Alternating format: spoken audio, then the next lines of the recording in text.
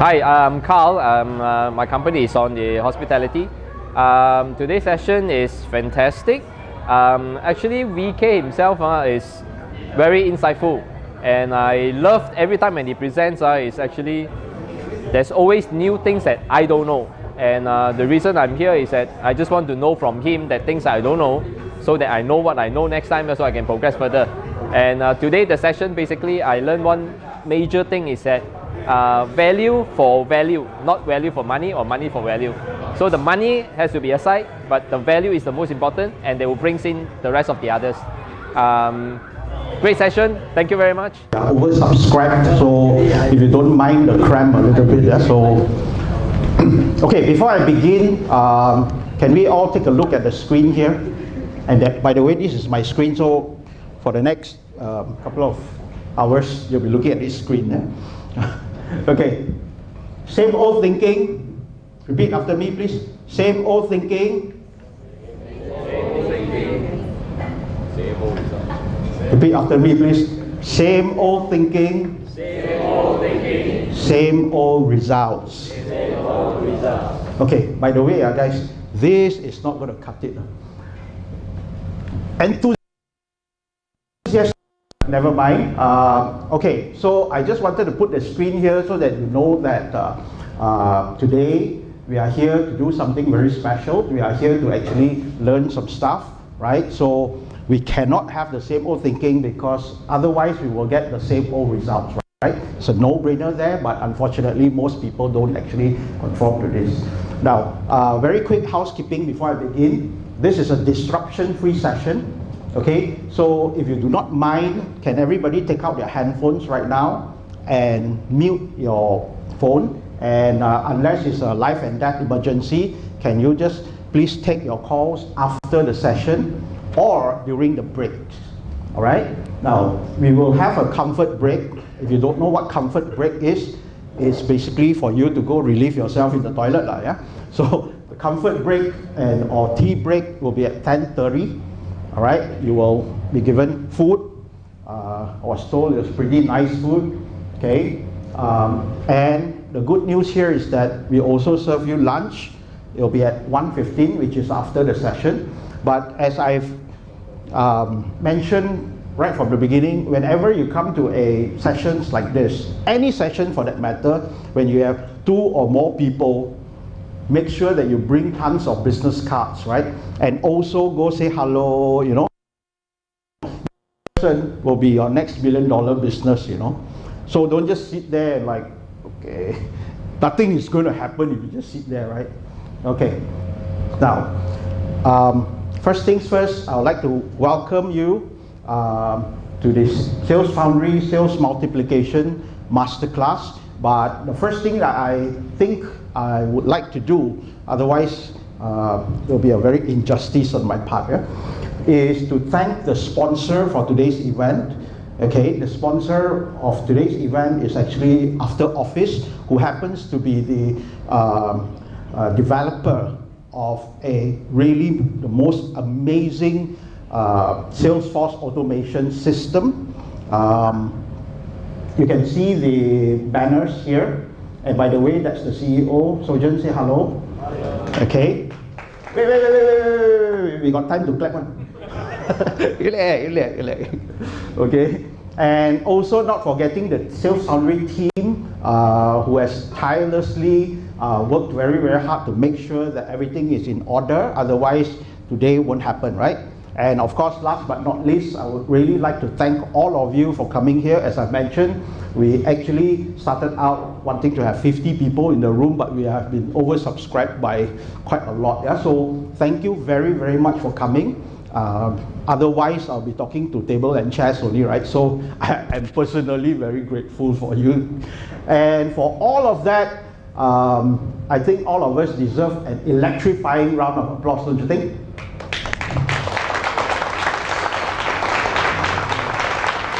That's not very electrifying, guys. Okay, so if I'm going to take this as a measurement of how we are going to the energy of today, then I think I'm in a lot of trouble. A little bit more energetic, yeah. First and foremost, I would like to bring your attention to this screen. Now, what does it say here? It says Sales Multiplication Masterclass. So what you can expect, or let me rephrase that, what you cannot expect is anything that is rookie kind of stuff. I'm not going to talk about the sales processes, A, B, C, D, E. I'm not going to talk about how you can answer objections. These are all, forgive my language, but very rookie stuff, all right?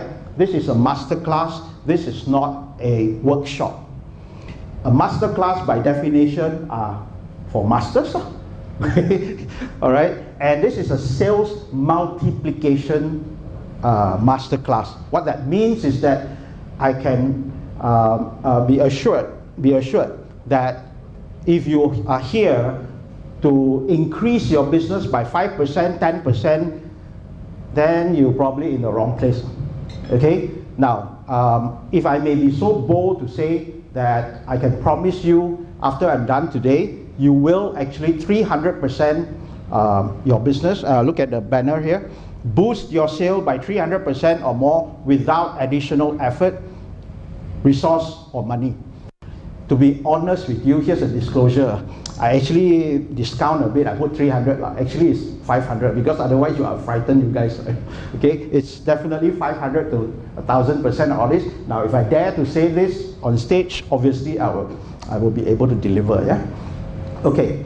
Now, also very, very important. This is super important. Read my lips if you have to.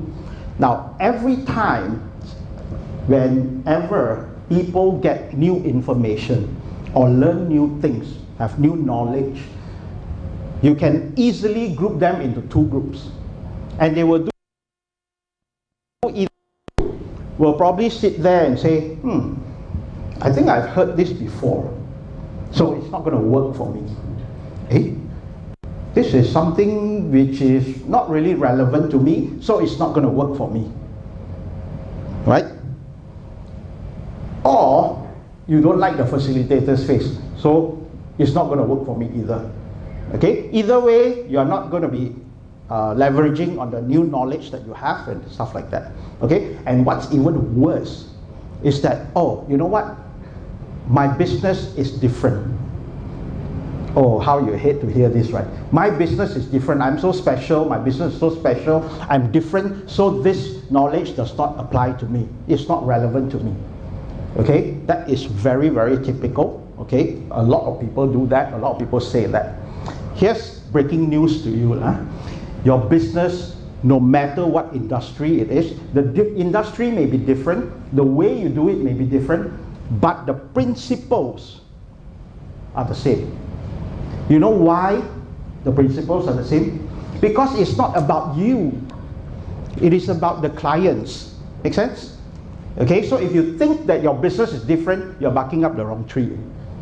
Okay, because the clients are the same, regardless of what business you are in or industry that you are in.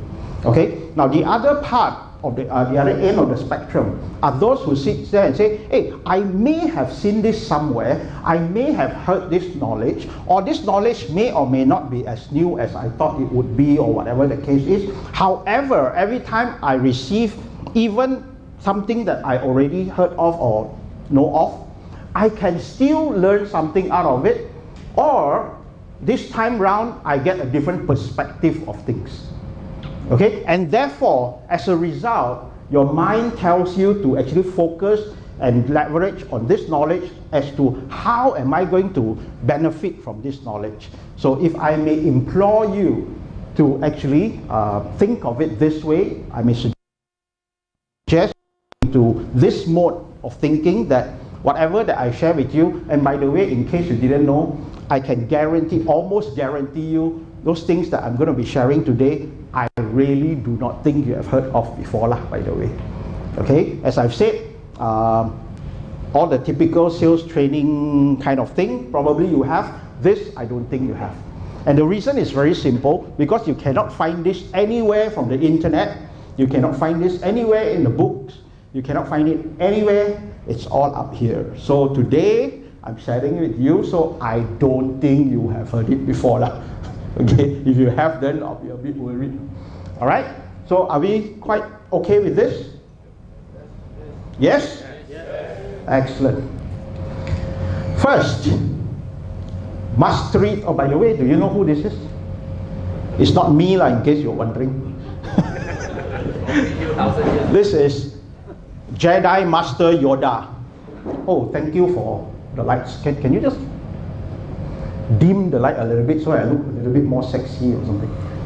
Alright. Okay. Do I look more sexy? Yeah. Perfect. Okay. This is Yoda. Yoda happens to be the Master Jedi from the Star Wars, right? And this is how he speaks, so I'll just copy a little bit. First mastery test we shall do. And the reason is because we are in a master class, right? So I've got to test whether you are actually qualified to actually move on to the next level, which is the Jedi Warrior. Just humor me a little bit and indulge me. I've got to put the mic here, right? And follow my instructions very, very, very closely. If you fail the test, so sorry. Okay, can everybody hear me? Yeah. Can? Good. Okay. Hey, by the way, first rule, please don't stare at me like that. Very scary one. Okay. Oh, like that's serious. Okay, can everybody put their hands out like this? Come on, sit up straight, guys. Sit up straight. Put your hands out like this. All right. Open up your palms. Show me your right hand. Show me your left hand. Okay, you're on the way to mastery. Wait. I will finish. Okay. Now with your right hand, can you cross over to your on top of the left hand? On top. All right. Twist your arms and grab on to your palms. And then your index finger, point it, and with your thumb, point it as though there is an inverted or upside down gun, pointing an upside down gun. Guys, wait. Point. Where's your index finger? Index finger. Anybody pointing middle finger? No, Index finger. Now, listen to my instructions very, very clearly. I'm going to count to 3, and at the count of 3, please do exactly what I do. Follow. Look at my hands. 1, 2, 3. Oi, what happened? Switch your hand. Cannot. Stop. So, okay, thanks. Now I'm going to go. Or rather, why you cannot do that. I'm just going to keep a mystery a little bit until the end of the session. If you pay attention, you will definitely get it. Okay? But what is my point of doing this exercise? What is my point of doing this exercise? The point is that nothing is as it seems, right? Did I give very clear instructions? Yes. I'm standing here, there's no obstructions to, what I did and all this. You followed exactly what I did, right? But why couldn't you actually execute what I did? Why? Again, listen very carefully. Nothing is as it seems. So if you think that if you can read a book 100 times, if you think that you can mirror a masterful, successful person, entrepreneur or whatever, even if you copy and mirror exactly, you probably still won't be able to achieve what he or she achieves. And the reason is because you did not pay attention to all the hidden elements and the hidden nuances, that this person did or didn't do. All you did was read a book or followed, right?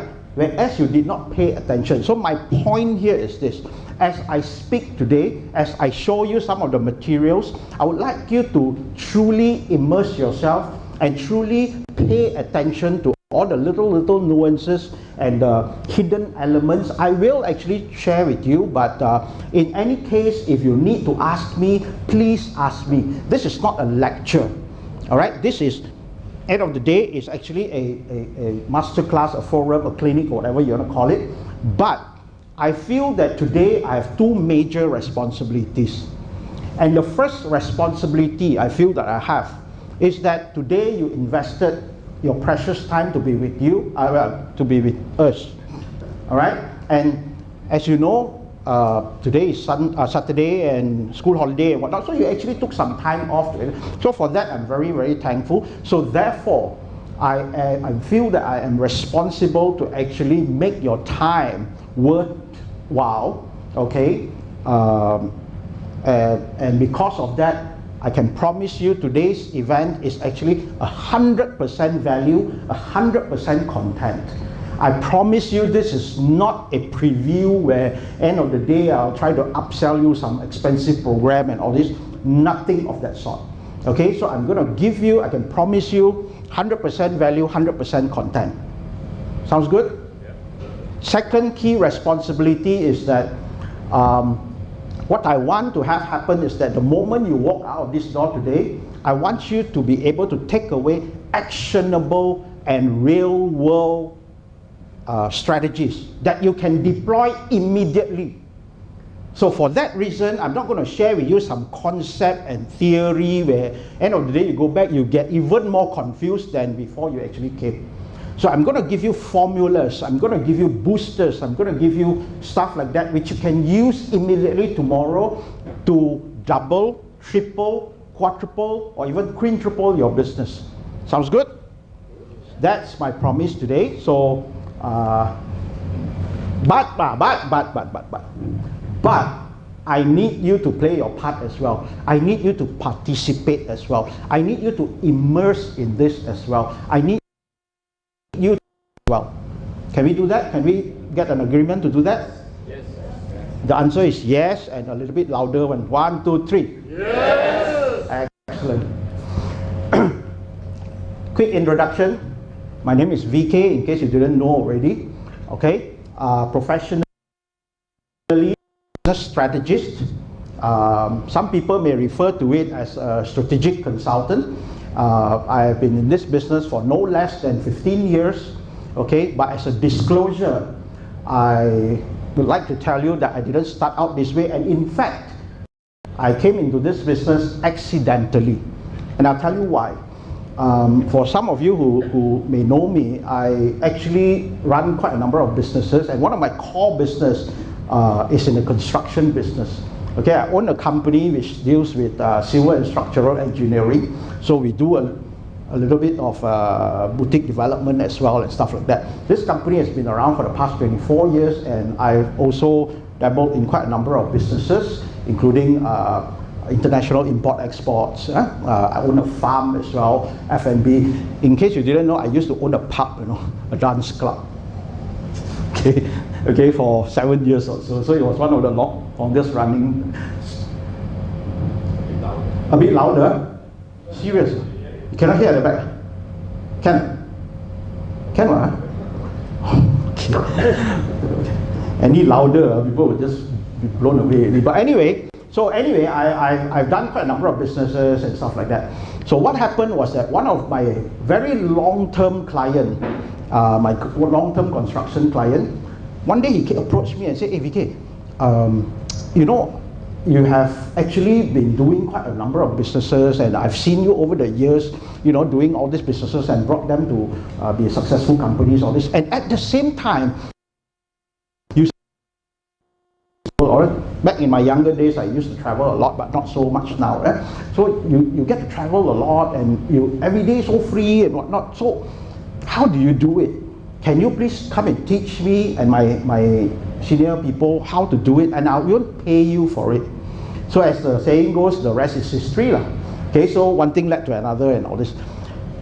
But my point of sharing this with you is because in the past 20 years or so that I've been doing all this stuff, I've actually, by the way, in case you didn't know what a strategic consultant is that I advise CEOs and senior leaders of organizations on their business acceleration strategies, particularly in two key areas. One is, of course, their strategic positioning of their brands as well as their business in general. And the other is I help them build systems of profitability. Keyword being systems. The other keyword being profitability. I'm not talking about revenue, I'm talking about profitability. There's a big difference. So I help them build systems of profitability. So these two particular things, all right? And the reason why I'm telling you is, in the past 20 years or so that I've been doing all this stuff, right? I have had the privilege to actually work with hundreds of industries and probably thousands of CEOs. I work very closely with CEOs and senior leaders of organizations, and I'll be a complete idiot if I am not able to see some form of patterns, right? Okay, and one of the biggest pattern that I've seen is this. Does anyone know what this is? Not rubber band. Okay, this is what I call the infinite loop. Now, if you actually study economics, sometimes it is referred to as a doom loop. D-O-O-M, a doom. Okay, doom loop. But we don't want to be so morbid early in the morning, so I'd rather call it the infinite loop. And why is it called the infinite loop? Is because see this symbol is pretty much like an infinity, right? Which is a never-ending loop, right? So I rather call it the infinite loop. How many of you have seen the show or watched the show by Will Smith called The Pursuit of Happiness? If you haven't, please go watch it. It's the most amazing movie about perseverance, about not giving up and whatnot. It's a really, really cool movie. So I plagiarized a little bit. I call it the pursuit of busyness. So one of the biggest patterns that I've seen over the years in my experience with thousands of CEOs and whatnot is that people are perpetually pursuing this thing called busyness. So they're always busy. Busy doing what? Naturally, busy chasing after customers or clients, right? And that's about everything that they do. Loop is actually what we call cash or revenue or cash flow. Now, what is the lifeblood of a company? Cash flow, right? Without cash flow, you're already dead in the world. At least not lah.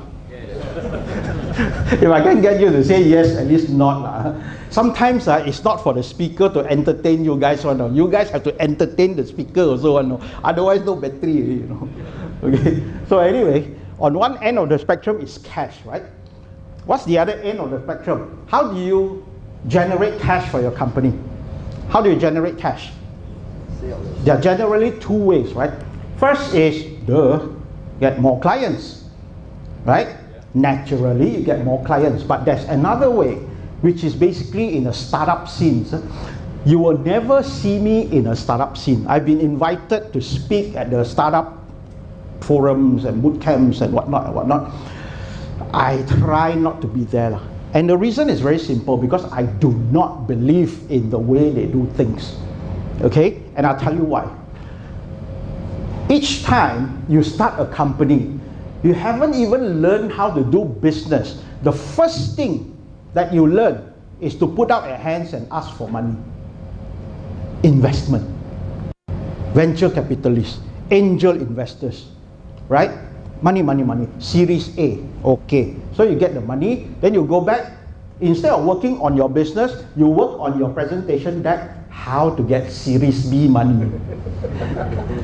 Then you go present again, Series B. Then get Series B. Then go back, instead of working on your business again, you work on Series C. At which point is it that you're doing business on? So anyway, that's another story for another day lah. But traditionally, maybe I'm just a little bit old school like that lah. I believe in getting clients to actually earn money lah, instead of just asking for money lah, right? Okay. And then what happens is this. Can we just get rid of this? So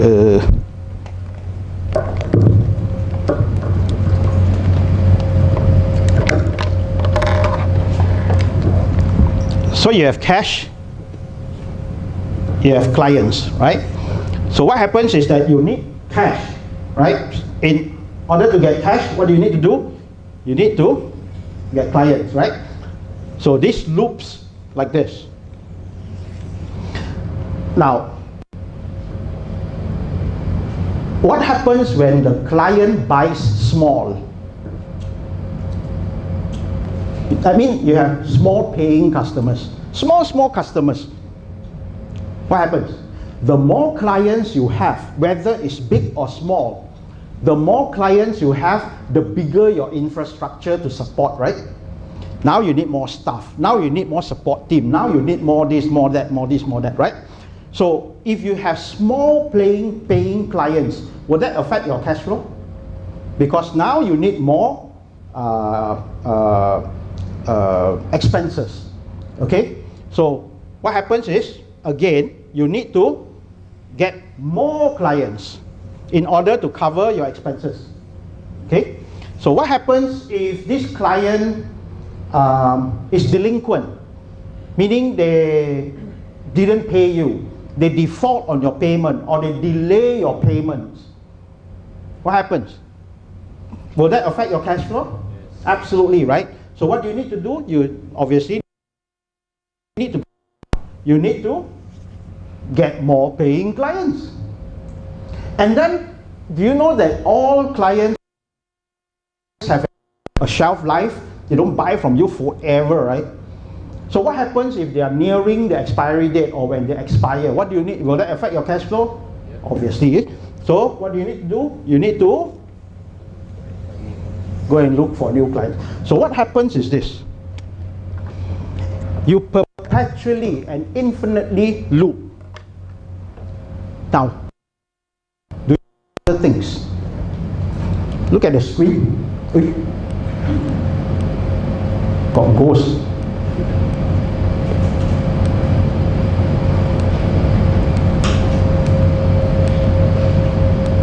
Okay, what happens to your innovations?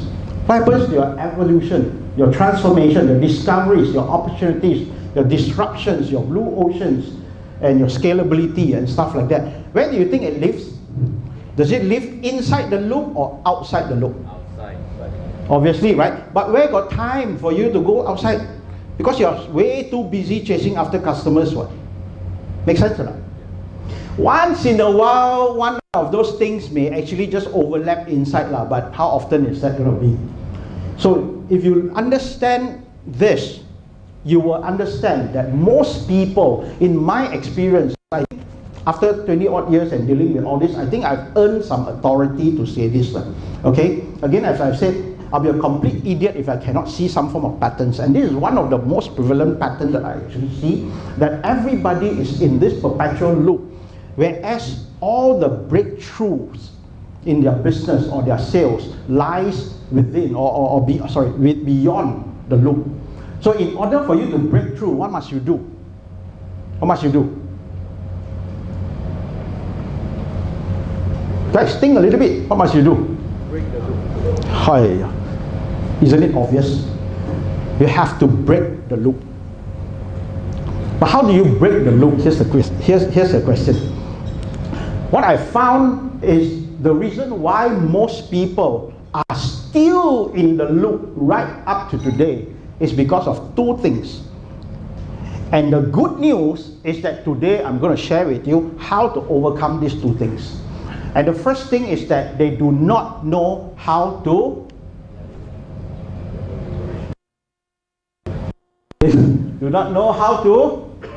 leverage. Okay? Now, does anybody not know this word? Everybody knows this word, right? But do you know how to use it? Knowing the word is very different from knowing what to do with it, you know. A lot of us know a lot of things, but do you know how to execute it? Do you know how to do it or whatever? All right? So I'm going to talk about leverage. I'm also going to So the reason why people are perpetually in the infinite loop is because of these two things. They do not, or they fail to understand or execute leverage. They do not know how to optimize. All right? And I'm going to introduce to you a word for today. It is called a force multiplier. Do you know what a force multiplier is?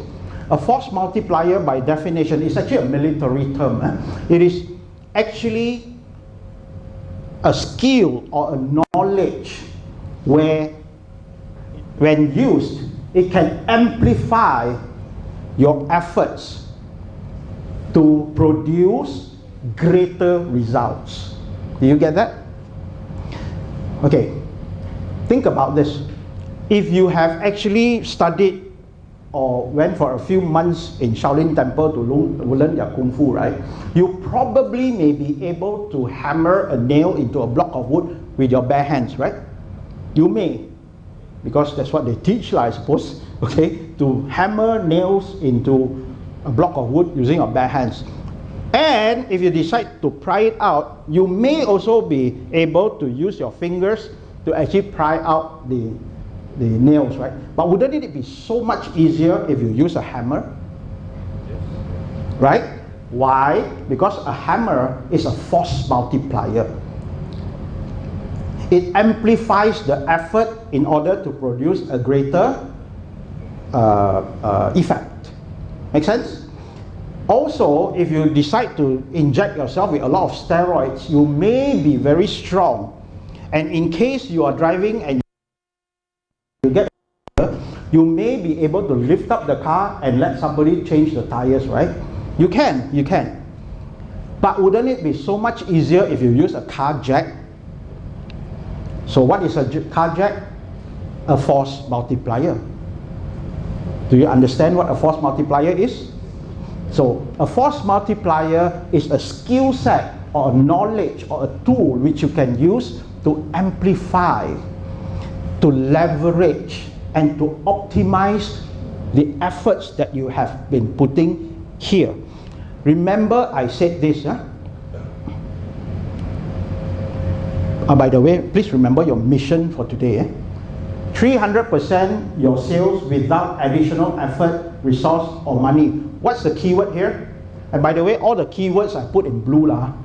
So in case you didn't know, make it easier for you all. So what's the keyword here? That's right. So by definition, what that means? It means you do not have to do any other thing than things that you're already deploying. Strategies or methods or techniques or whatever that you're already using. Zero extra effort, zero extra money, zero extra time. You can already multiply or exponentiate your business just by applying leverage and just by optimizing existing resources. Good so far? Yes. All right. So I always like to start out. Okay. I'm just pacing myself so I'm on time. Okay. What did I say? Oh, I always like to start off with a big picture, right? And it's very important if you always start out everything with an end in mind. A lot of people, they start running, run. Say, dude, wait, wrong direction, wait, he's here. So you run, fast, no point. You need to know where you're heading first. And in order to know where you're heading, you need to know where you are first, right? Make sense? Okay, so let's start with a big picture, and I have two big pictures that I absolutely need you to understand and, drum into your head.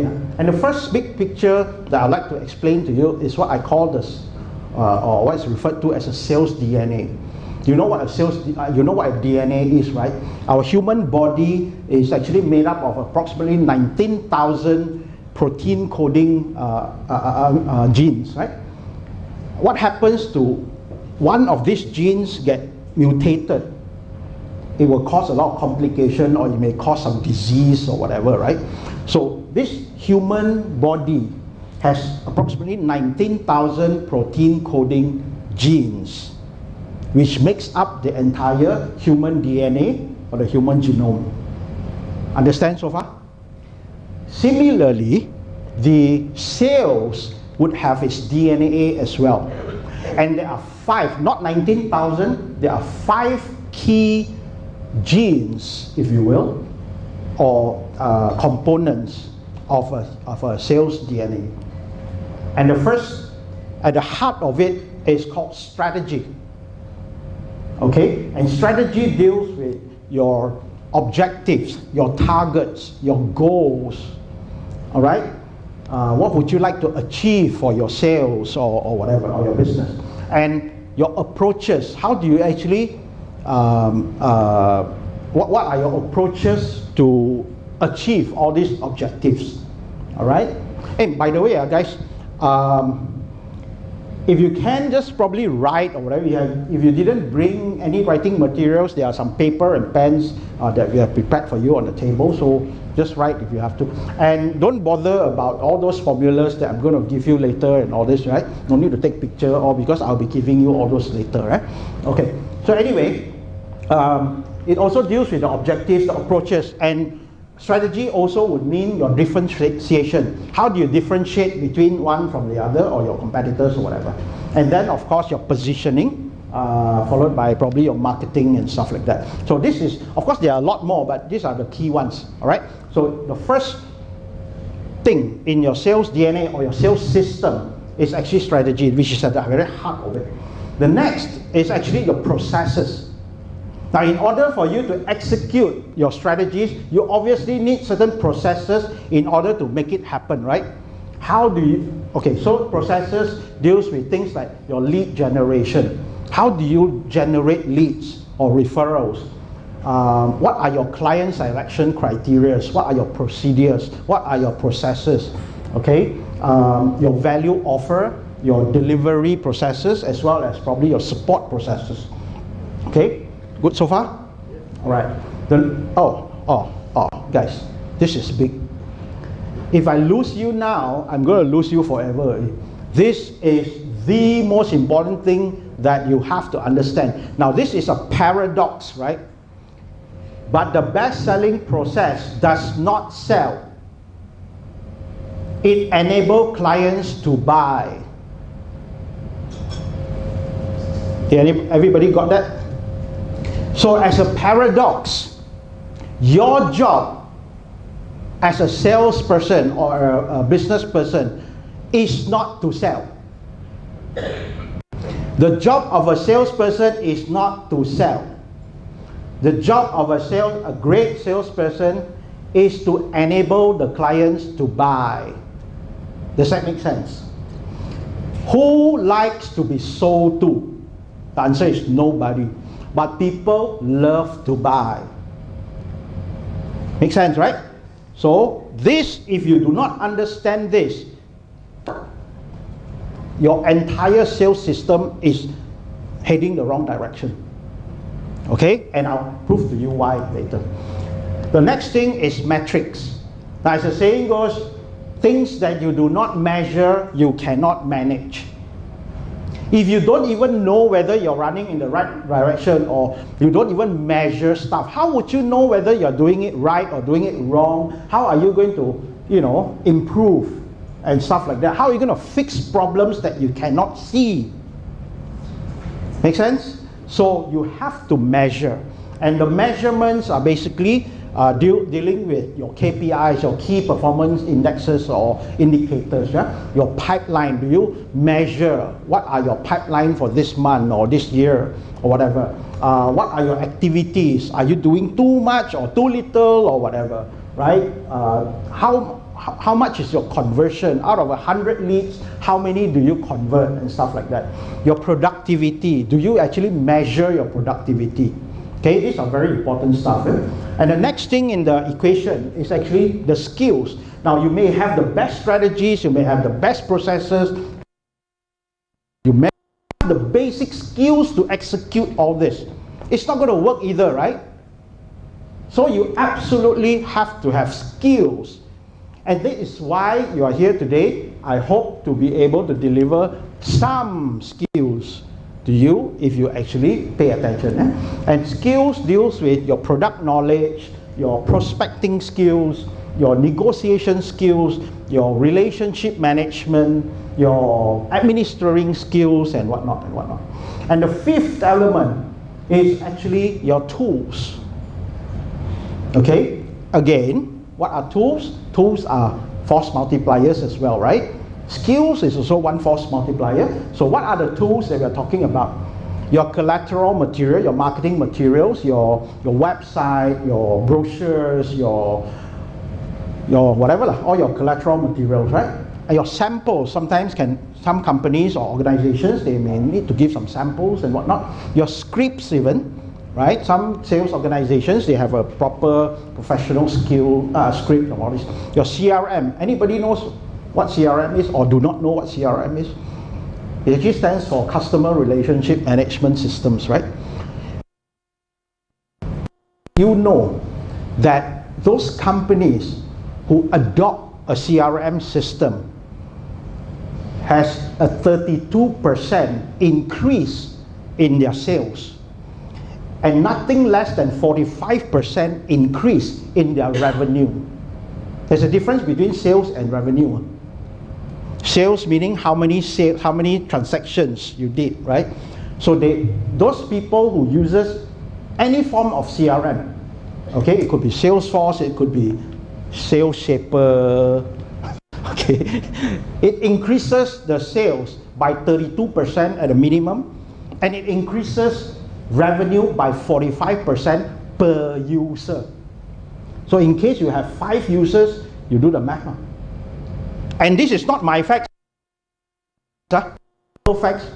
Go into the internet, check it out. These are all research done from very reputable, big, huge companies. These are all verified. Whatever facts and figures I give, I won't dare to stand on stage today and just simply whack one number for you. Obviously, these are all very verifiable facts. You can go and check it out yourself, right?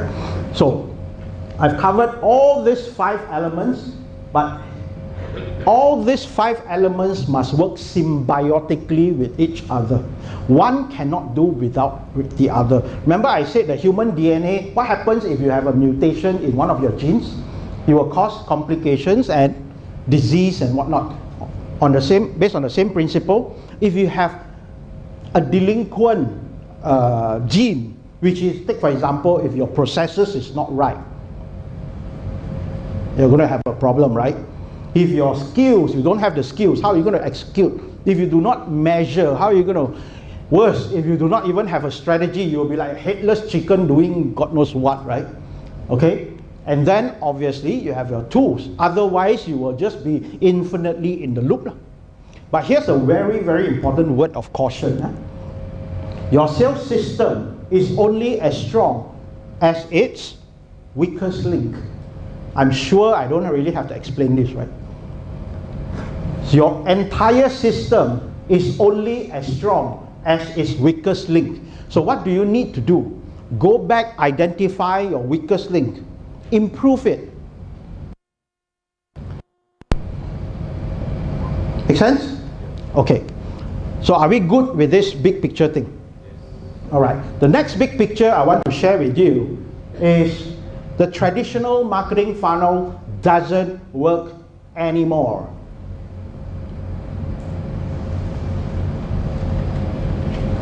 Digest it a little bit, right?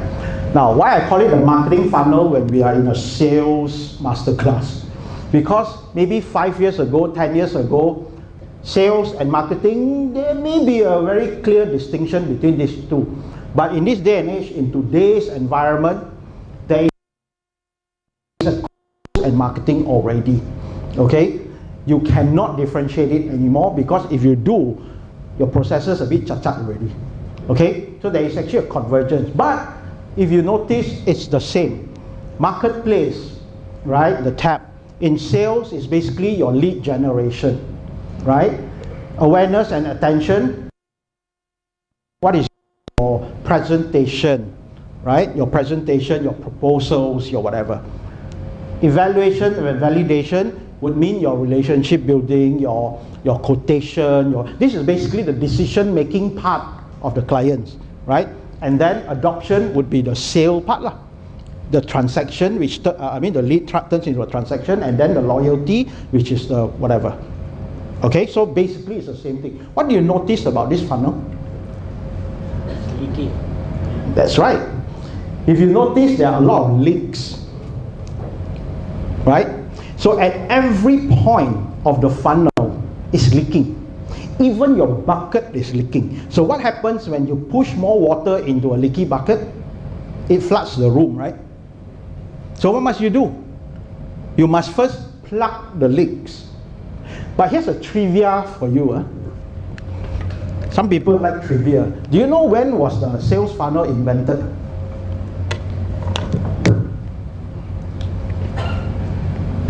Oh, of course you don't know lah. It was invented in 1898 by a trader, American trader. And 200 over years later, today, it is still being used. Now I can go on and on about why it doesn't work, but I'm not going to do that. I'll share with you in a while. But one obvious reason I will tell you. The funnel looks like this, right?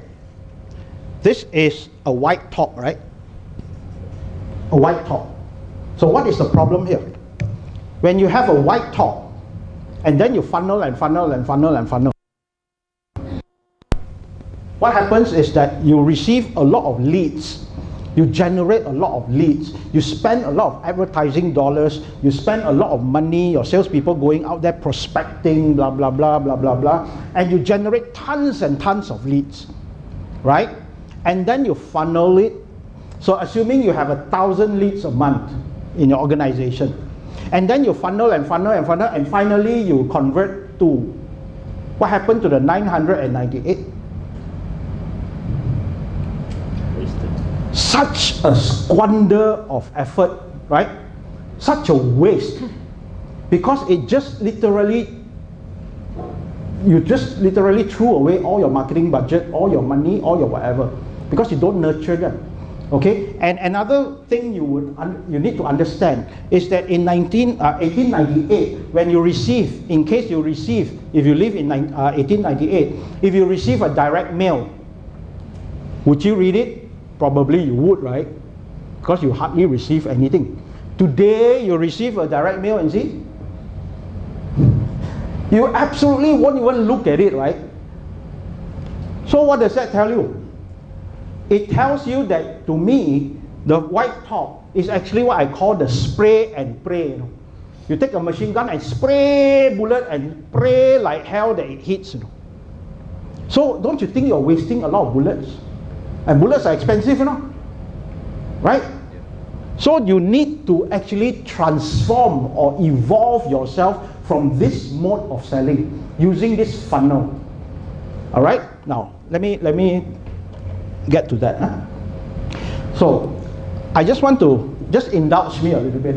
In the study of evolution, what age are we in now? Does anybody know? By age, I don't mean your age lah. I mean what age are we living in? Remember back in those millions and millions of years ago, we were living in the Ice Age together with the saber-toothed tiger and the woolly mammoth and whatnot. So that was the Ice Age. Then we evolved to what we call the Stone Age, right? So during the Stone Age, it's actually an overlap of the Ice Age. After the Stone Age, what was it? Anybody knows? Bronze. It's called the Bronze Age. Wow, who answered that? Wow, I'm very glad. Oh, you heard me saying this before. Right? So we went into Bronze Age for a couple of thousand of years. Then we evolved to what we call the Iron Age. And in each age, like for example the Stone Age tools, right? Bronze, iron, and so forth and so forth. After that, we went into what we call the Industrial Revolution, right? The Industrial Age. And it started in probably the 1800s in England, in the textile industry. And then it went on to the paper making industry, where people use mechanized machineries and all this to make things better and better and better, right? So We were living in the industrial age. After the industrial age, what age were we in? Did we evolve to? You all got read encyclopedia one or you? Electronic. Oh, that one you way too. It's called the information age. Okay, information age. What does information age people do in information age?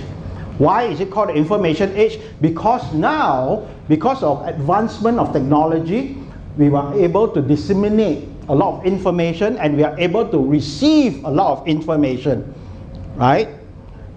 Finally, during the information age, we started out with telex and whatnot. Then what happens is that we and whatnot, because earlier it was analog, right? I still remember back in those days, like 20 odd years ago when I had this exporting business. No such thing as emails, no such thing as handphones, internet, or this wasn't even invented yet. So we were using telex, short of sending pigeons. Anybody still remember what telexes are? Okay, faxes is a luxury because it's so expensive to actually send faxes overseas. Phone calls are so expensive, so we were using telex. You know, sometimes we truly use Morse code. You know lah. So anyway, we were using telex. So these are all information age. How many of you still live in the information age? It is a trick question, by the way. So the obvious answer is no, we are not, right? But guess what? Most people are still living in the information age. And as I've said, I've earned the authority to say this because I've seen until I don't want to see it really. What do you do in your during information? People, tell me, your website, what does it do? What does your website do? It disseminates information, right? What does your brochure do? Disseminates information, right? What else do you do? Tweet. What else do you do? PR? What? You name it lah. What does it do? And what is your purpose? To disseminate information, right? Even if you don't want to admit it, I'm going to tell you lah. Yes, you are doing that. Unconsciously lah, obviously. Okay? You are disseminating information. Guess what, guys? This is what I call the clutter effect. Again, as I've said, back in those days, we received information fine. But now, do you know that we are receiving approximately 30,000 marketing messages a day? And we will go crazy, you know, if we actually, and best part is this, you know, our human brain is so smart that it actually evolved, and there's such a thing called RAS, Reticular Activation System. It stays somewhere in the amygdala where it filters information naturally. Now for ladies, if you walk around the street, you hardly see any pregnant people, right? Not just ladies, guys as well. You hardly see any pregnant ladies, right? But if your wife or yourself is pregnant, suddenly you see everywhere also pregnant ladies. Is it? Why? Because this activation system filters information that is not relevant to us. Right? The moment it becomes relevant to us, it opens up already. So you are driving along the road happily, you never see any Range Rovers, hardly. The moment you are in the market to buy a Range Rover, suddenly you see a lot of Range Rover that you wanted to buy. Make sense? Why? Because it becomes relevant to you. But previously, why didn't you realize? Because it's being filtered. Make sense? So guys, you keep on disseminating information. Disseminate. You're only wasting your money, wasting your time. Because it's being filtered out already, automatically.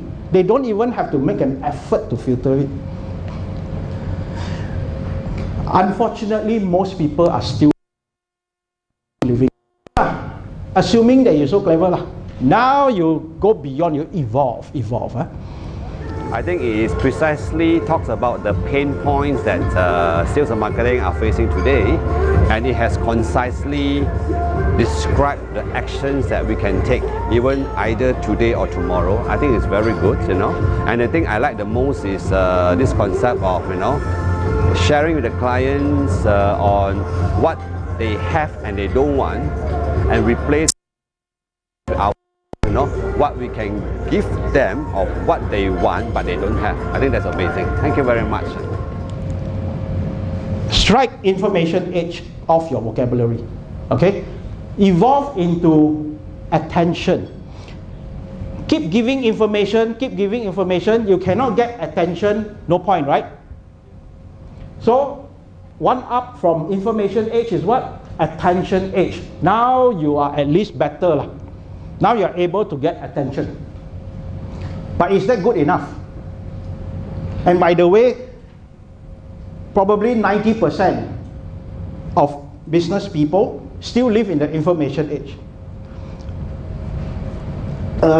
Creme de la creme, clever ones live in the attention age.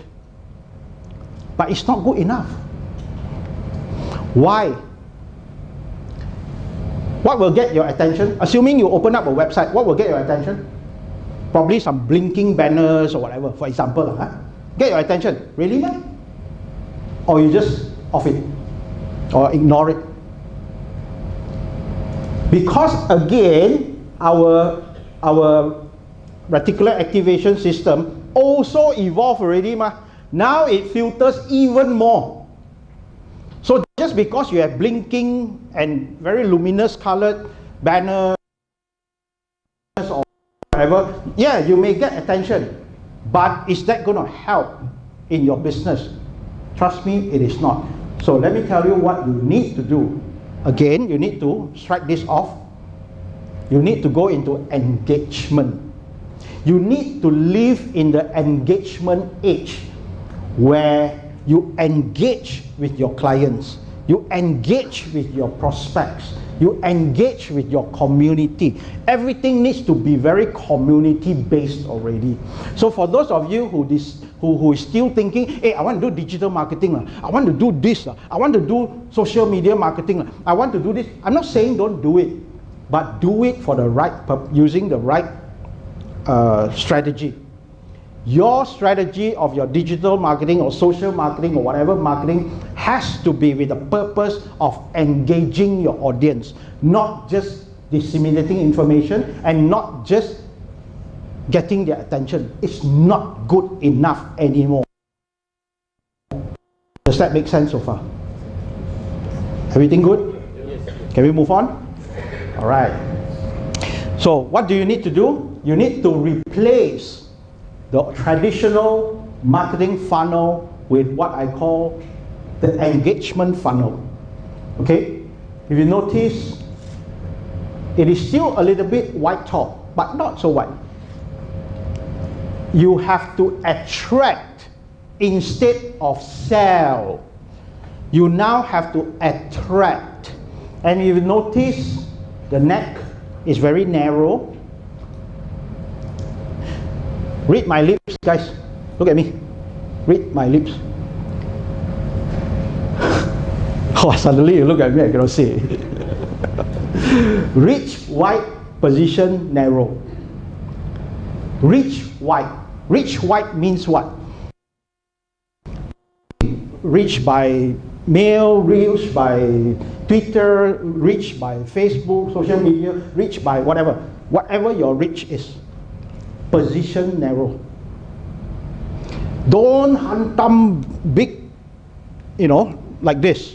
Don't have a white top and spray and pray. Position narrow, but reach wide. Go into attraction mode instead of selling mode or disseminating information mode. Okay, I will share with you how to do that later. And then if you notice, there are no leaks, because why? You funnel them into a a container, so to speak. Okay? And what do you do when they are here? You engage them as much as you can.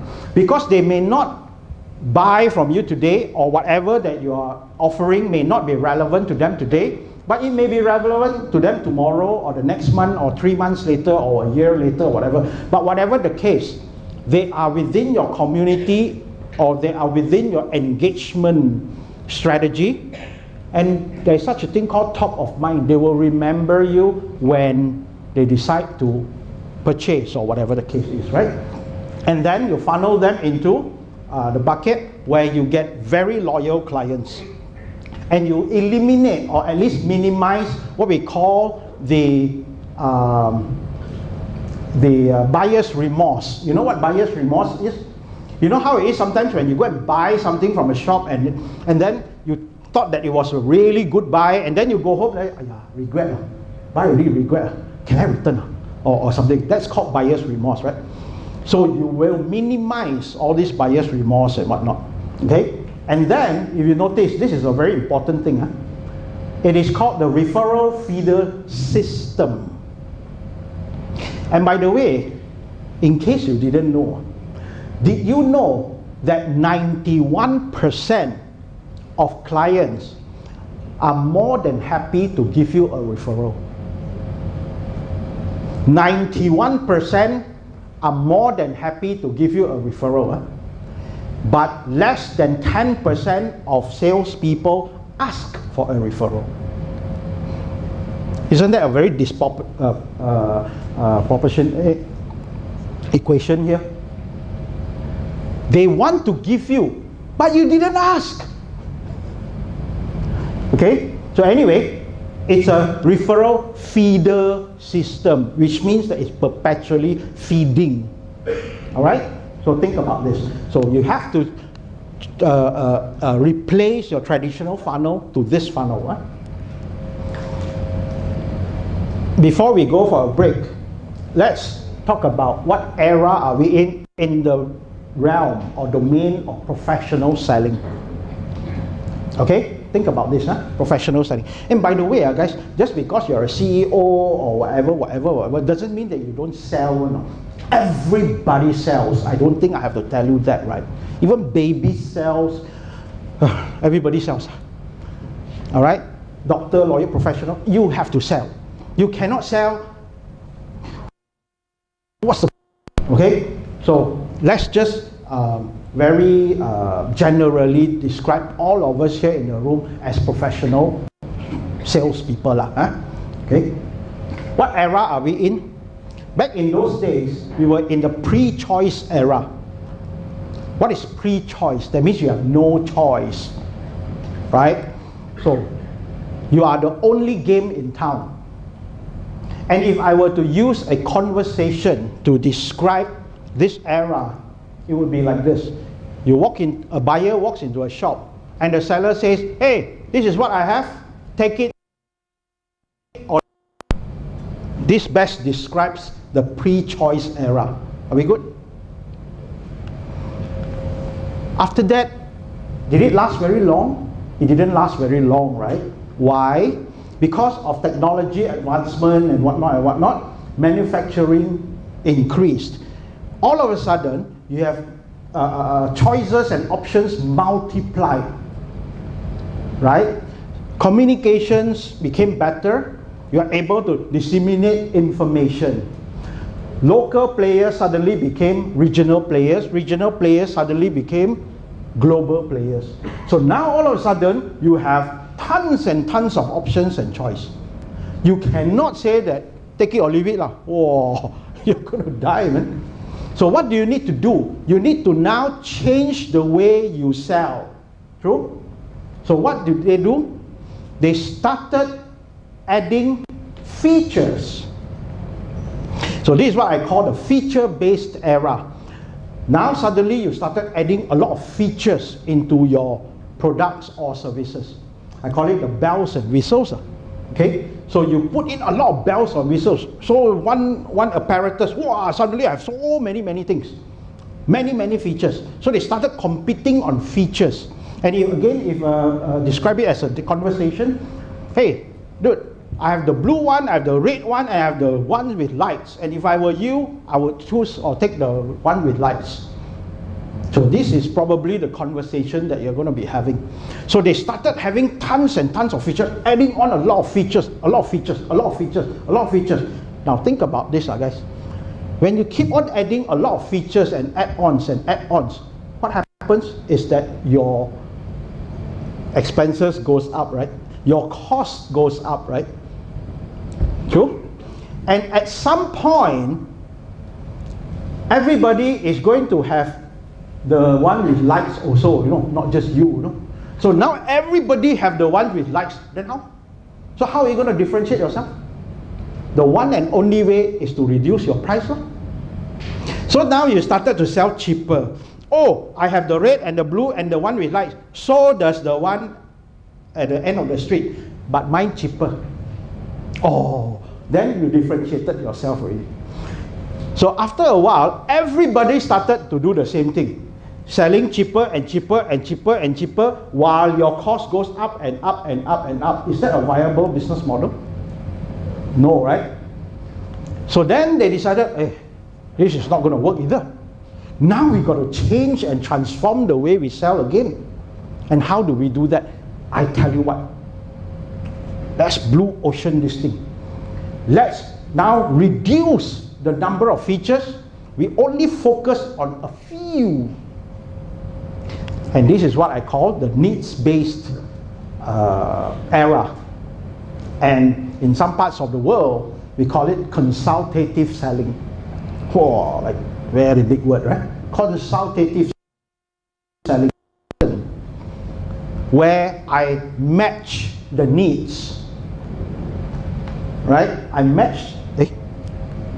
I target my market and I match the need. Now I started doing client selection. I only target, I don't spray and pray really, I target and I match the need. And your conversation will probably go something like this. So what do you need? Oh, I have it. Oh, you need ABC. I have ABC. Exactly what you need. When can I deliver? So what happens if it's not a match? Then you move on. You don't waste time. So you move on. So earlier I said pre-choice. Advantage to who? Advantage to seller or buyer? Advantage to seller, right? Feature era. Advantage to who? Buyer, right? This needs-based advantage, right? Wrong. I got a lot of trick questions on, by the way. Okay? Wrong. Seemingly it is advantage to seller, buyer. But it's not. You know why? Because it doesn't solve a problem. Right? So if my thing that I have don't meet your criteria or don't match, no problem is solved. Correct? So what do we need to do? Now, humor me for a little bit. What do we need to do? We need to now evolve. Right? I use this word very carefully. Evolve. Did I say change? Why didn't I say change? And by the way, in case you didn't know, I am somebody who is very, very particular with the choice. If you change, by definition, what is it? You are just fixing the past. If you transform or you evolve, you are shaping the future. Does that make sense? Does that make sense? Okay? We must evolve, we must transform completely to what I call collaborative based selling or partnership based selling. Okay, now very quickly, as I've said, do not change, evolve or transform. Why? A butterfly is an evolution, not a better caterpillar. So if you become a better caterpillar, how? Okay, move faster. You're still a caterpillar. So you need to transform or evolve into a butterfly. So my point here is this: do not. I mean, worse is if you are still in the pre-choice era, You have to evolve already because the marketplace has already evolved. The mindset of your consumers have already evolved. And if you did not evolve along, I don't have to tell you what's the result. Why do you think a lot of people are still struggling? Remember I said I opened with the infinite loop? Why do you think they are still in the infinite loop? Because they are still living in the prehistoric eras, you know. They're still living in the information age. They're still living in the needs-based or feature-based era. Whereas everybody have already moved forward already. Why do you think they're always in the infinite loop? So as long as you understand these two big pictures, you're already in the top 1% already. But knowing is one thing. Doing what you know is another. Okay? Now, what are the key evolutions? Just very quickly so that you understand. You no longer think of yourself as a salesperson. You must now shift your mindset into collaborative partners. That means you have to think of yourself and the client as a collaborative partner instead of having a very transactional mindset that I want to sell you something. You have to be a collaborative partner. Okay, that's the mindset. Clients are more successful. Your focus should be making your clients more successful through you or your services or your products. Read my lips again. Making clients more successful. Okay, you don't just match needs. You provide the best solution possible for them. Lastly, stay to make sure that your solution works. Not just take and faster run already. No, make sure that it works.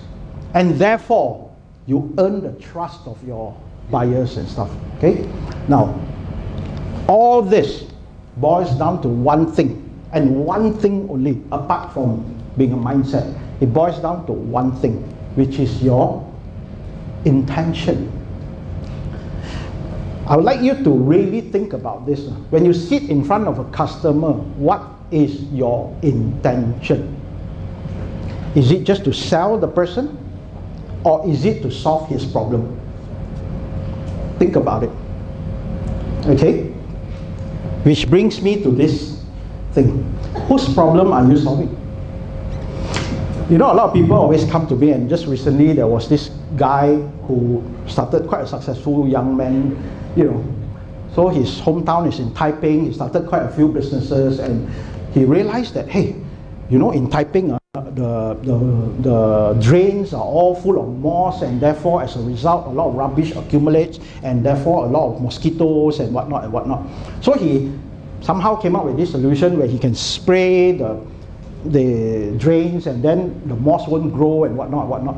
Okay, so he went to the Taiping council and whatnot and tried to sell this thing, blah blah blah blah blah blah. It didn't turn out well, so he went into another business, also didn't turn out well and whatnot. So he came to me and said, hey Vicky, you know I have this dilemma. Everybody talks about, you know, being an entrepreneur, we should be, you know, tahan mati lah. Never give up attitude. We should always persevere. When drop must fall, rise. When fall must rise. Wow, all nice sounding motivational talk. So he asked me up. At which point should we give up? So you know, in my Yoda thinking of I won't give you the answer. I will ask you back this question. At which point to give up is really within your own, you should answer your own question. First question you need to ask yourself is, whose problem are you solving? You know, I've had this lady who was selling insurance, you know, Koha, you may know. So he goes around, hey, can you support me? Selling insurance. So, can you support me? I'm few thousand ringgit in order for me to achieve my MDRT status. Can you support? So he go around, hey, can you support a few thousand only, few thousand? I said, so whose problem are you solving? You're asking a client to buy insurance from you for your benefit or for the client's benefit? You know what I'm saying? So on the same principle, I told this young man, You start all this business is for you to prosper, to make a sale, or is it to solve the client's problem? Then the other day I was having a talk with another associate, also a printer or something like that. So he said, hey, you know, I have a lot of friends and all we grouped together, you know, wow, we came up with this solution and whatnot to go and sell to a client, but sometimes our take-up rate not so good. I said, you know why? Very simple. Because the way you talk, the way you can come up with the best solution in the world, but people can actually feel it, you know, that you are actually trying to solve his problem, or you are only trying to solve your problem by making the sale. So the intention is very, very important. Okay? Moving on. What's the outcome? Guys, people do not buy your products. People do not buy your services. People do not buy your prices as well. People buy the outcomes that they want to receive from your services. Keyword being outcome. The bigger the outcome you can give to the client, the better your chances of making the sale. Make sense? Don't sell products. Don't sell services. Sell outcomes. Okay? Problems get solved. Why is it that a collaborative or partnership-based selling is the best? It's because it solves a problem. Whose problem? Client's problem. Your skills become a strategic differentiation. Now you no longer have to differentiate by feature lah, by prices lah, by this lah, that lah. Your intention and your skills now become a strategic differentiation. Does that make sense? Okay? Buyer sees relationship as a partnership instead of a transactional kind of thing, right? Last but not least, switching costs becomes prohibitive. You want to change partner and see it's going to be costly for you, right? You don't change partners unless it's so teruk, right? So if the client sees you as a partner, changing to a competitor is going to be quite prohibitive. And if you notice the entire model, the word customer, I use the word client. Do you know what's the distinction? Go and look up Oxford Dictionary. What does it mean by client?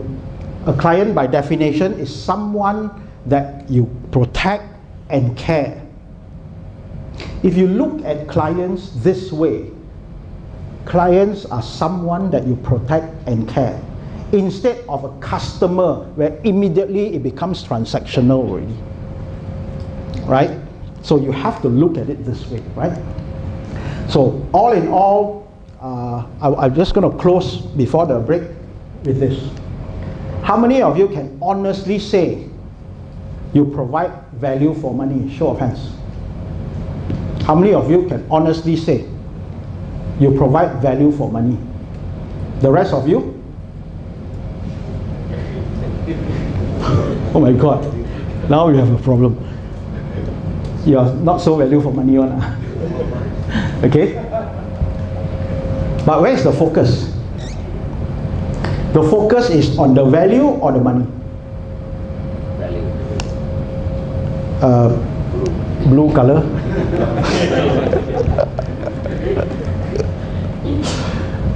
Hey, I provide value for money. Value for money. Hey, my product, my services, value for money. Focus is on money. So means your buyers say, hey, for this money that I'm going to give you, you make sure you get a lot of value. You know? Give me more, give me more, give me more, give me more. Give me discount, give me more add-ons, give me more this, give me more that. Free gift, whatever. Why? Because the focus is on the money. So I would like you to turn this around. Why don't you position yourself as money for value? Where's the focus? Blue color.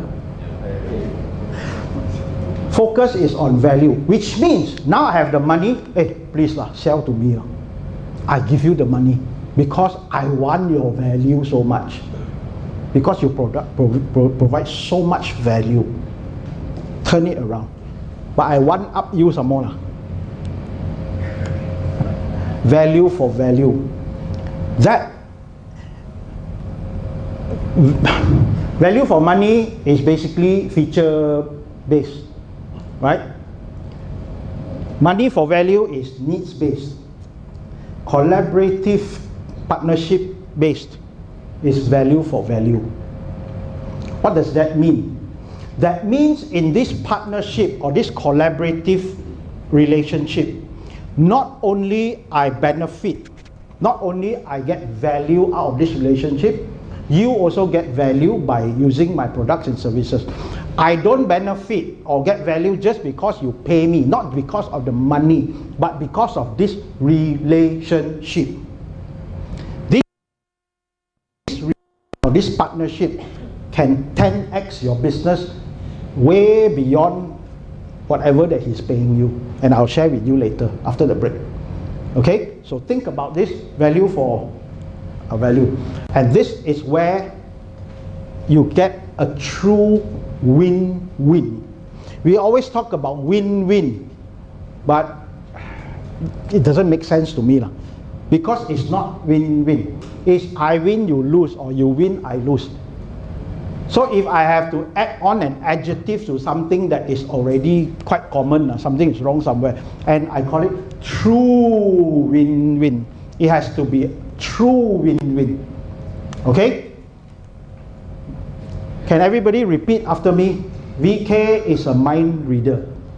VK is a mind reader. With a little bit more enthusiasm, please. VK is a mind reader. VK is a mind reader. Absolutely. So I'm gonna wait, hang on, relax. I'm gonna leave you with this first, and I'm going to help you understand why you said this after the break. Okay? Now, you have 15 minutes, 11 o'clock, come back here. Guys, go. Okay, hi. My name is Martin Han, and thank you today to be invited by VK to come and relearn about the marketing skill. Thing that I'd like to thank especially is that I learned about the 3S, the conversions, the consumption, and the what's another C? Yeah, the 3C and which I think I also learned about the value for value, and that is quite amazing, to have this to be to inspire me, for my next course of action in my business. And at the same time is about this the trick that he used to preemptive the person, how he derive at the end that he can guess the result that people what in their mind. That is I very much enjoy and inspire. Thank you. Okay. I need you to repeat after me again. VK is a mind reader. VK is a mind reader. Wow, now got more energy. Got food in your pasal. Okay. I'm going to choose one person who have never ever met me before, so that you don't say that I cheat.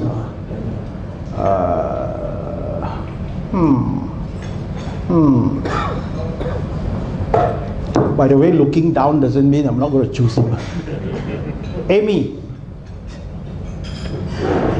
Yeah, can somebody pass the mic to her, please? Can you help? And on the mic.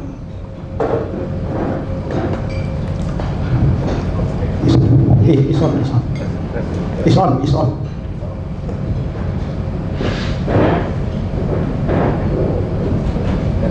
It's okay, I think my voice is loud. Okay.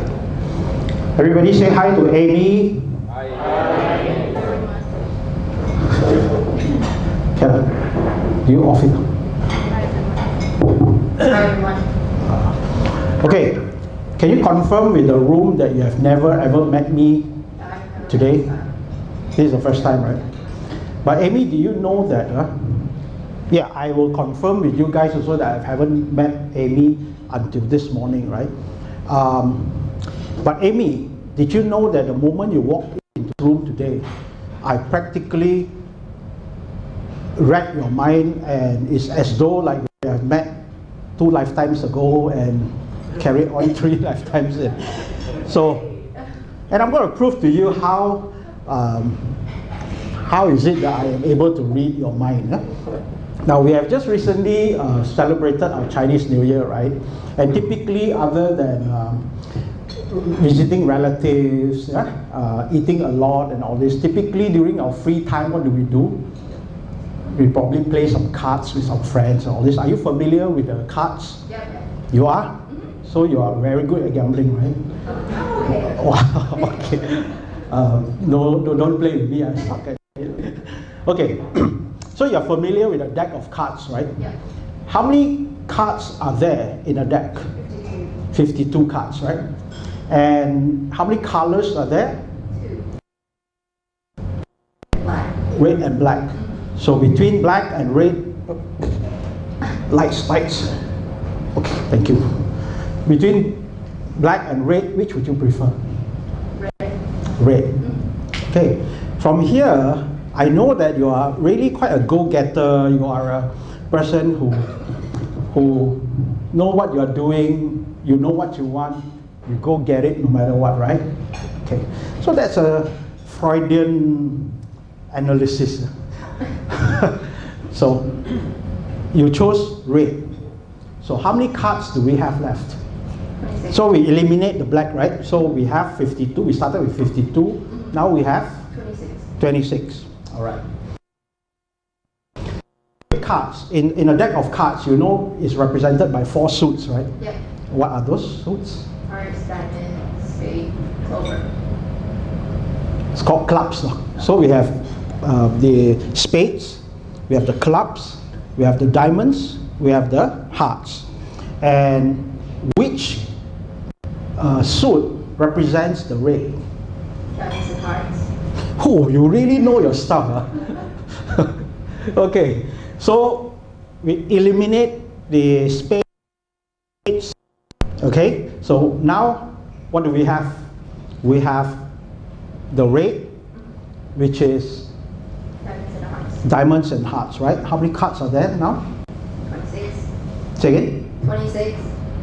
No, 26, then you minus off the ace, the spades and the clubs. So you have, Is it a house deck? say again? Is it Okay, never mind. So anyway, between hearts and diamonds, which would you prefer? Hearts. You prefer hearts. So not only is Amy a very go-getter, confident kind of person, she is also somebody who is altruistic. She is also somebody who, is a nice person generally. Yeah. So as a souvenir, take the hearts, keep it in your bag, take it home later to remind yourself to be a nice person in spite of all your go-getting power and energy, right? So what do we have left? So I'm taking my hearts back. So we have diamonds, red. So we have 13 cards left, right? Yep. Wow, you're mathematically talented. Okay, so we have 13 cards left, right? So out of these 13 cards, there are number cards and the picture cards, right? Right? So ace can be considered as a number card, right? Yep.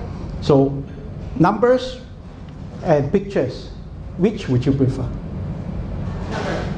Numbers. So from here we know that not only is she an altruistic person, she is this and that, but she is one of those who are no nonsense.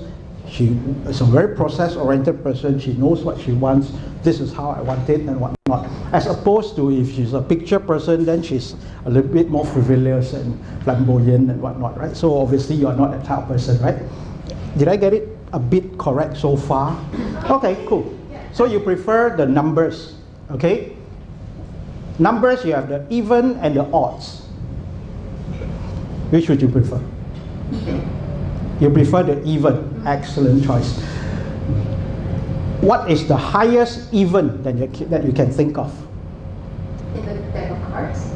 10, right? The highest even will be 10. So now what do we have? We have 10 of diamond. Can everybody confirm? Red, 10 of diamonds, right? Excellent. Did you know that the moment you walked into this room today, I knew that you were going to pick this card? Don't believe me? Not really. Joshua, if you don't mind, can you just go to the thingy there? There is a card that I left over there. That music console. Can you show everybody what card is this? What card does that say out loud? All right. Thank you, Amy, for being such a sport. You can return the mic now. So you see, magic or not? Magic. Good. Hey, give clap a bit lah. I think like hell, no, this one. You think simply come out with it. Now, I'm going to tell you how I did it. Would you like that? But first, can I just ask you this question? Do you think that I started out hoping and praying that she got this card, she chose this card? No. Obviously not, right? So what did I do? The first thing is that I needed to have my objective, correct? So I needed to have my objective. I knew that I wanted this card. That is why early in the morning I placed this card here as well, just for drama purposes lah. Okay? But my objective is always there. So I mumble to myself, 10 of diamonds, red. If I forgot this objective, I'll be in big trouble, right? So I needed to remember my objective. Obviously, I did not, play by ear and hope for the best, right? So what did I do? Did I have a strategy to do this? I had a strategy to do this? Now I'll tell you the strategy. So I asked her to choose between red and black, true? And she chose red. So in my heart, thank God. What if she chose black? Habis. Yeah, that's what most people will think like habis. Obviously, I don't think this way. So in case she chose black, I obviously would have had a prepared answer for it, right? I preempted it, right? So I'll probably say something along the lines that, wow, you are actually quite a bold person, you are quite a this and that, blah, blah, blah, blah, blah, blah. Okay? And then we eliminated the black, so we had the red, right? So the next one we wanted was the suits, right? So we went on and on. What happens if, so I asked picture and numbers, right? If she chose picture, how? So if you picture, then I'll say something again, and then I'll eliminate the picture. And at the end of the day, end of this exercise, I would definitely come to this conclusion, which was my objective. Right? So what does this exercise tell you? Anybody? The exercise is that hope is not a strategy. But guess what most people do? Most people hope and pray for the best. It's not going to cut it. You absolutely need to have a strategy and you work towards that strategy.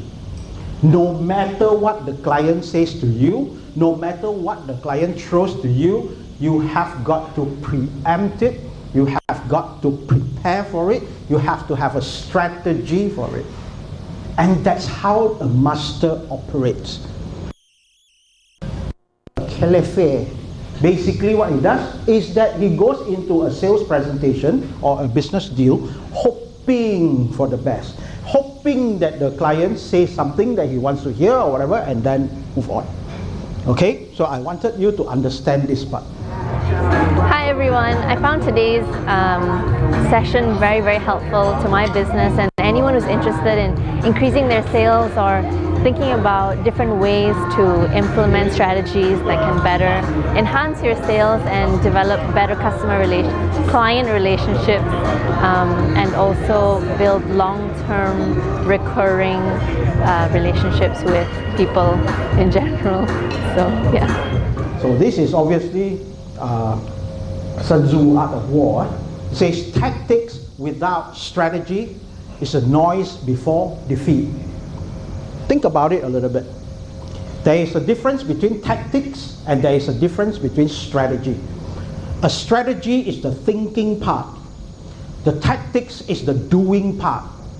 Most people do without thinking. So if you keep on doing it without a proper strategy, it is generally called the noise before defeat. Make sense? So what I'm going to do today, or rather this session, I'm going to pick up the pace a little bit. It's going to be a little bit faster. Just now Melissa was saying that, I clicked the slides too fast and all this. Well, I can't click slower now because I need to go faster because I'm against the clock one now. Okay, but do not worry about it. I will give you all this material, so don't worry about it. Okay, next thing I want to share with you is this.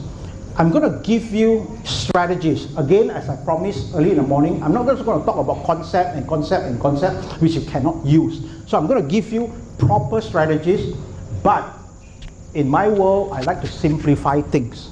A lot of people like to complicate simple things, whereas I would like to simplify the already simple things. Okay, so I'm going to give you three strategies, and this is what I call the C-cube three-dimensional strategy. How many dimensions do you think most business people operate in? One dimension, right? Which is what? We have already established this morning. They only know one and one only strategy, which is how to get more clients. Out of 1 million people who come and ask me, 1 million people will say, Vicky, how to increase my business? How to get more clients? How to get more clients? I say, you have nothing better to ask me than just to how to get more clients. I'm going to tell you how you can exponentiate your business by making it so much easier by focusing on 3 dimensions. So from today onwards, I would like to ask you to think in 3 dimensions. Don't think in 1 dimension, which is client. And by definition, what is client? Client is basically your leads or your referrals, right? Basically your traffic. I'm going to introduce to you 2 more dimensions. One is the conversion. You can have tons and tons of traffic, tons of leads, but you do not convert them. What's the point? Remember the white top funnel? Referrals and leads, if you do not convert them. So today I'm going to share with you strategies, really good actionable strategies that tomorrow you can immediately double your business. Okay? And this includes, in one single stroke, it helps you reduce the sales cycle time. Okay? The third C is the consumption. If we only talk about traffic and we only talk about conversion, what else can we do? We can increase the size of consumption, and consumption consists of 2 things, 2 elements: the size of each transaction. If on average you buy from me 1,000 ringgit, how can I make you or inspire you to buy 1,002 instead? That's increasing your transaction size, right? How can I frequency? If on average you buy from me once a year, how can I make you or help you buy twice a year? Something to that effect. Now what happens? I mean, it doesn't take a genius to know this. A little bit of increase here, a little bit of increase here, a little bit of increase here, it becomes compounded, it becomes exponential. Okay, and I'll prove to you how this is. Hi, I'm Justin. I learned a lot from today's weekend session. on this sales Foundry, I find that a lot of insightful sharing, and which I can't find it from anywhere else. Though I've attended a lot of different workshops and seminar, this is truly very insightful and very kind of important for any business entrepreneur and salespeople to come to know about the fundamental of doing the right things and doing the having the right approach in handling all the customer and engage with them. Thank you. It's a good session. Thank you. So I'm going to talk about actionable strategies for these 3 dimensions. Okay, at the very center of it is actually the C cube. So you just remember this formula, the C cube. C stands for clients, consumption, and clients, conversion, and consumption. Okay, so using this formula, I guarantee you will double your business rate. And let's start with clients, which is your traffic. Okay. Now I can show you 1,000 ways how to increase your leads, how to increase your traffic, how to increase your this, how to increase your that. Okay, but again, I am against the, and this one, I will guarantee it will triple, quadruple, quintuple your attraction. Would that be good? So if you want to know how to do this, you have to participate a little bit. Agreed? Cool. So this is called the Coliseum pitch. You know what a Coliseum? You would have seen this Coliseum, right? Okay, where those days the gladiators fight in this Coliseum. Okay, so at any given time there are tens of thousands of people watching the gladiators kill each other, right? So I just, for the heck of it, I just call it the Coliseum pitch. I ask you to imagine being given an opportunity to present to a minimum of 50,000 potential clients. So what I did is that now I gathered 50,000 people within your target market into this Coliseum.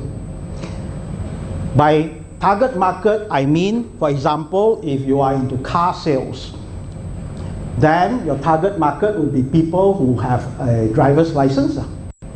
If you are into a residential property, then your target market would be probably young couples or family couples with small family or something along that lines. So whatever your industry is, obviously you know your target market, right? Right? Yes. Yes. That's what you think lah, but anyway, let's just say that you do know lah. Okay, so can I have a volunteer? By the way, do you know what's the first rule of mastery? Since you don't know, I'll tell you, it's called initiative. So when I ask, can I have a volunteer? Excellent. Okay. Pass your mic, please. And I have learned a lot, especially on curbing our ego. You know, we are being always very ego in our knowledge that we have in doing our business. So here it's an eye-opener whereby a lot of strategies, a lot of techniques being taught to us. And when I go out from this room, and I'm going as a new person with good knowledge of developing my business in future. Thank you so much. Okay. Everybody say hi to Serene. Serene. She looks very serene. Okay. Don't say anything yet. So here's the thing. Imagine this is 50,000 people within your target market. Now just imagine, you know your target market, right? You know your target market, obviously, right? Just now you said yes, ma. It's okay, but you do know your target market, right? Just now you said yes? Or you didn't say yes? Okay. Assuming you know. So assuming that these are all your target market people. Okay, just assume. So I'm going to ask you this. Serene, now that I've accumulated, I very, very susah, go and accumulate or gather all these people into this room for you to talk to them, so that at least you can inspire, okay?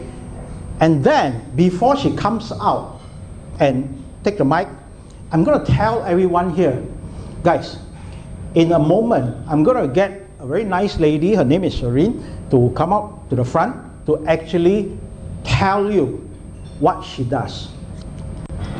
Okay? And in that also, okay, you will tell the audience what you want, and audience, you had to come, but you didn't have to stay. This is that if you feel that within the 10 seconds Serene says something that is irrelevant to you or you apply to you, please feel free to walk out to the next Coliseum, which I have prepared food and entertainment some more. Okay, so you had to come, but you did not have to stay. All right, understand? Understand, huh? Okay, so Serene, now I will invite you to come. Nyamalah, stay there. And talk to these people. What would you say? One paragraph headline, cukup. Don't tell your grandmother's story. Headline in 10 seconds. Take it away. I had a very interesting session with VK today. I think what I like is VK actually shared his idea in a very clear and structured manner. And most importantly, these are not theory. I can really see that this is from VK's years of experience, and it's something very actionable for us to take away. Yeah, thank you. Hi, my name is Celine. I'm the owner of Nail Spa. I'm a nail care expert, and we take care of your nails. If you have not done manicure before, you should speak to me because I can tell you why you need a manicure, and it's gonna help you to get people to pay attention on you. Right. Like a lot of you are looking at my nails. Okay. Okay. Thank you very much. You can sit down first. But hang on to the mic. Huh? So guys, assuming, so now you know that what she does, right? She owns a nail spa, right? Nail spa. Assuming you all got do pedicure, manicure lah. Assuming lah. How many would be interested to go to her shop? Oh my God. One. Okay lah, you layan only lah. Okay. See, got one potential customer. Okay. Now let me tell you the truth. I want you to tattoo this diagram, the next diagram I'm going to show you, into your head, because this is one thing that is going to help you triple, quadruple your business, right? And this is what I call the sales pyramid. Okay? This is market of any products and services. I don't care whether you are nail, manufacturing, retail, whatever.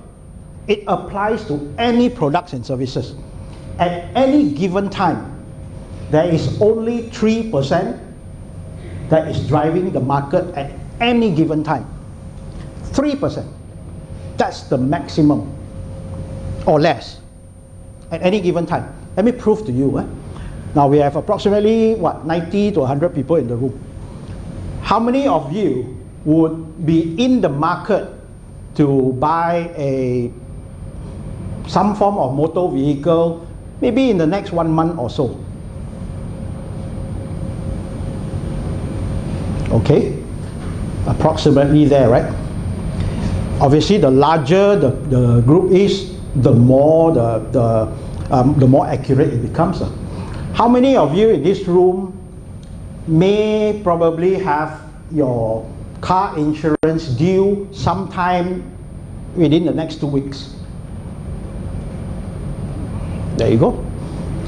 Okay, at any given time. I can go on and on and on lah, but you get the picture. Not exactly 3% lah, but more or less there lah. Okay, so at any given time there will only be 3% or less buying now. which is within the next 2 weeks or a month or thereabouts. 7% will be open to buying, may not immediately need it, but open to buying within the next couple of weeks or couple of months. Open to buying. They are in the market, but maybe not immediately yet. The rest of it is 30% not thinking about it, 30% think they are not interested, 30% definitely not interested. So how many percent? 30 plus 30 plus 30 is how many percent? How many percent? Right? I thought you guys are mathematically talented one. So that leaves us with 10%. So what have you done, Shireen, is that you have effectively, okay, let me rephrase that. Since I say there are only 3% buying now, 7%, whatever, if you have a great positioning, if you were to change your message a little bit by positioning it a little bit better, what will happen is that you will drive the audience up the pyramid. Yeah. So if they are open to buying, you may compel or inspire them to now maybe want to buy now. Okay. And if they are thinking about it, then it just, you know the works. Just by having a great positioning, it will help you do this. Okay. Now, what is more important is this, but will they buy from you? Okay, but that's the story for another session later. So let's analyze this. Yeah? Now this is very important. You implied that you were going to sell something. People like to buy or people like to be sold to? Buy. Guys, buy. You are selling instead of attracting. And by the way, all this I've already said this morning. It is about you instead of them. I own this spa, my spa so good, whatever, right? You self-eliminated the 90%. Okay?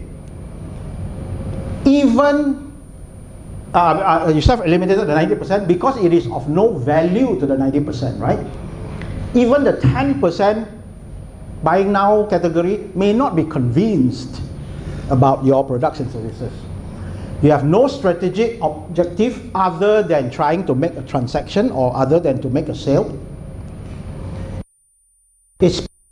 And obviously because of that, you are doing a lot more by doing a lot less. Can you imagine if you are in advertising and you're selling media sales and you call 200 prospects a day based on the formula, you will have eliminated 97%, not in the buying now category and so forth. So in order for you to get one sale, my God, you got to call how many? So out of 100 calls that you make today, you're probably going to get 3 maybes or less. And how much time you have actually wasted. So you're actually doing a lot more by and getting a lot less. Okay? You're not optimizing, and that's it. A lot of things gets attention, but there are only 2 things that gets interest. The first thing is a problem they have and don't want. Get this? 2 things gets interest. A lot of things get attention, but 2 things gets interest. A problem that they have but they don't want, and a result they want and don't have. If you can solve these 2 problems, you are in the top 1%. Get this? Make sense? Problem they have and don't want, result they want and don't have. Very important. Right? So at this point, probably you'll be like, so how? Like that also cannot, like that also cannot, but say. Okay? Here's the key. Simplest formula in the universe. Change your message. That's it. Change your message. I'll teach you how to change that, of course. This message should answer this question. Why should I do business with you over other options, including doing nothing. Now, this is extremely important. Most problem, one of the largest or biggest challenge, it's not because you have competitors, it's not because they have other options, it is because it is very hard to move your clients out of their inertia of doing nothing. And why do they not do anything? Because probably they do not have confidence, they have doubts, they have questions, they don't like your face, they don't like your service, whatever. So rather than making a mistake, they'll rather do nothing. So your job is to move, touch, and inspire them to take some form of action. What action? Action to do business with you. Make sense?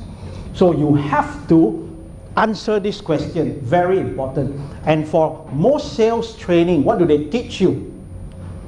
You need to have a good, unique selling proposition, USP.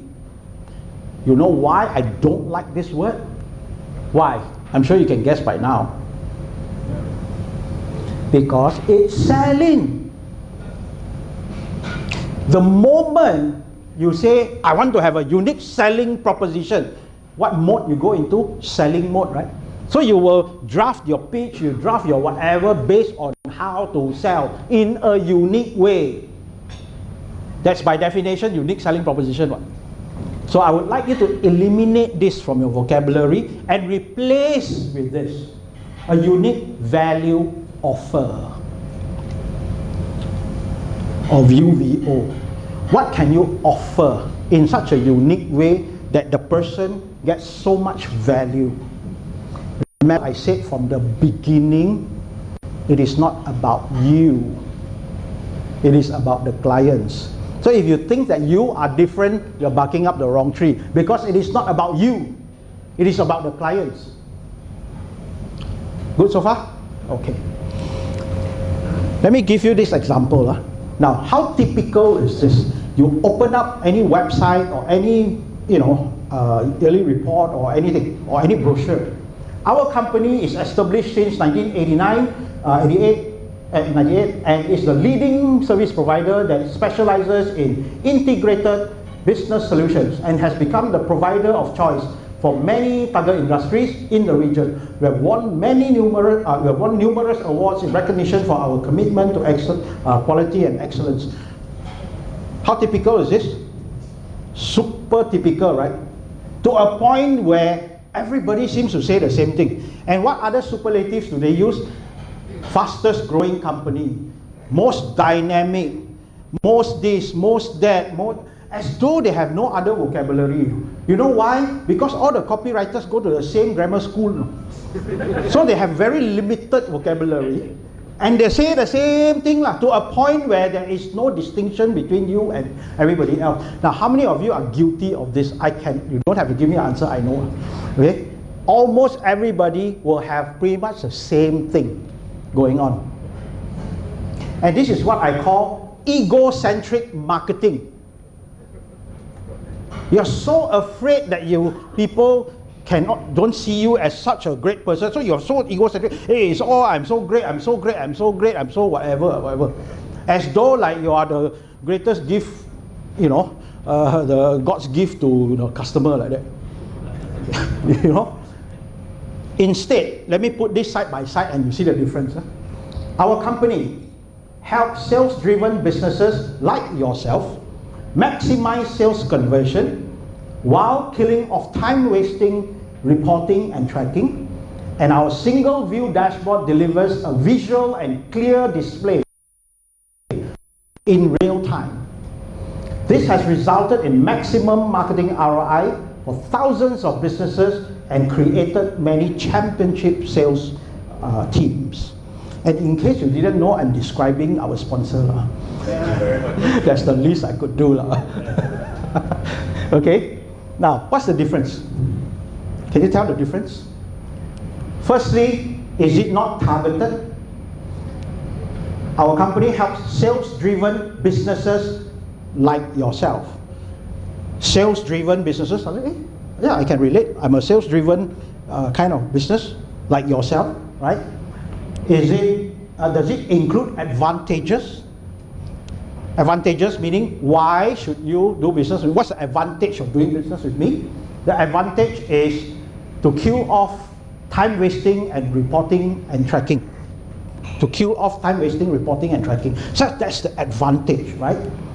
Does it include benefit? Now a lot of people ask me, hey VK, what's the difference between advantage and benefits? Isn't it the same? No, it's not the same. Advantage is why is it advantageous to do business with you. Benefits is what is the benefit which is predominantly emotional. Advantage is logical, benefits is emotional, usually. Okay? So what's the benefit is that, oh yeah, say.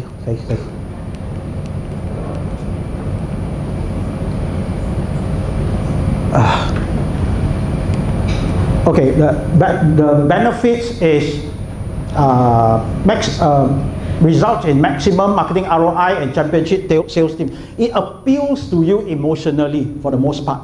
Okay? And the next thing is that, does it include a time frame? Here I put,